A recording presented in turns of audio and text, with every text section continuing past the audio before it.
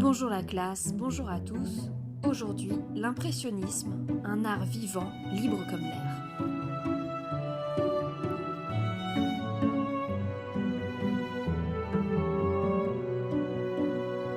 Il était une fois l'impressionnisme. Tout commence à Paris, au café Gerbois. De jeunes artistes s'y retrouvent.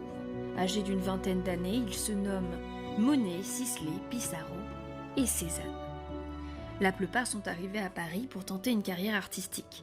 Ils discutent d'une nouvelle façon de créer. Ils veulent peindre plus librement, s'émanciper des règles académiques, qu'ils jugent trop strictes. Très vite, ce petit clan devient le groupe des Batignolles, en référence à la rue du Café, et décide de se démarquer en organisant leurs propres expositions. Un vent révolutionnaire se lève peu à peu.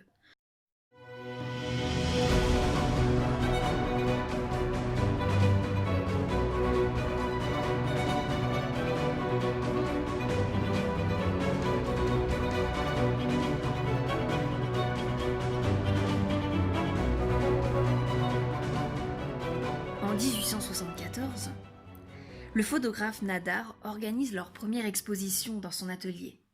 Pour le public habitué à la rigueur des peintures académiques, quelle surprise!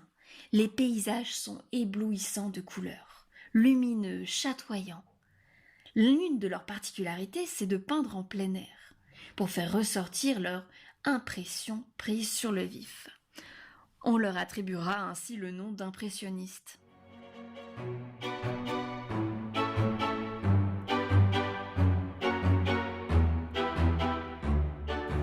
L'impressionnisme est aujourd'hui le courant artistique le plus populaire de l'histoire. Et pourtant, ce n'est pas vraiment un courant. Dans les impressionnistes, le pluriel est très important. Parce qu'il n'y a pas d'école, pas de manifeste, pas de style officiel impressionniste. Chaque artiste a ses caractéristiques propres. Pissarro, par exemple, aime travailler en plein air, emportant avec lui son chevalet, ses tubes de peinture, à la rencontre de la nature. Degas, lui, continue à préférer son atelier, constituant ses toiles plus lentement. Sisley n'a créé, par exemple, pratiquement que des paysages, alors que Renoir, lui, va préférer les portraits. Certains, comme l'artiste Monet, se passionnent pour les effets de lumière, dans le ciel ou dans l'eau, tandis que d'autres, comme Manet, optent pour une peinture plus épaisse et sombre. Cézanne, Morisot, Seurat, Cassat, Basile. Les uns préfèrent peindre la ville, d'autres la campagne, capturant des scènes intimes en famille ou la vie silencieuse des champs. Regardez ce célèbre champ peint par Monet. Les coquelicots sont des taches d'un rouge éclatant, tandis que les personnages, simplement esquissés, se fondent dans la végétation. La nature devient alors une grande mosaïque bariolée.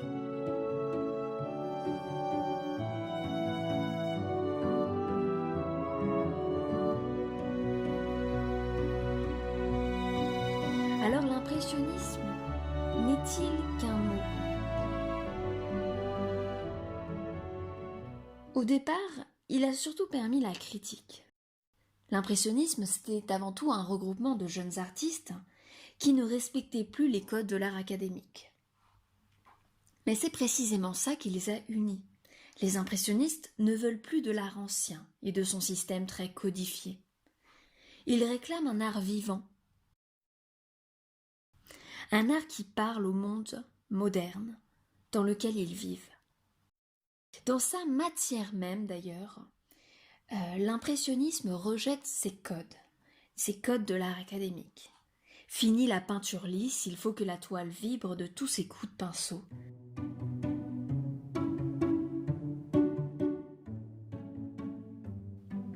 Devant chaque œuvre impressionniste, on sent ainsi la présence de l'artiste derrière la surface. Il nous invite à partager son regard sur le monde.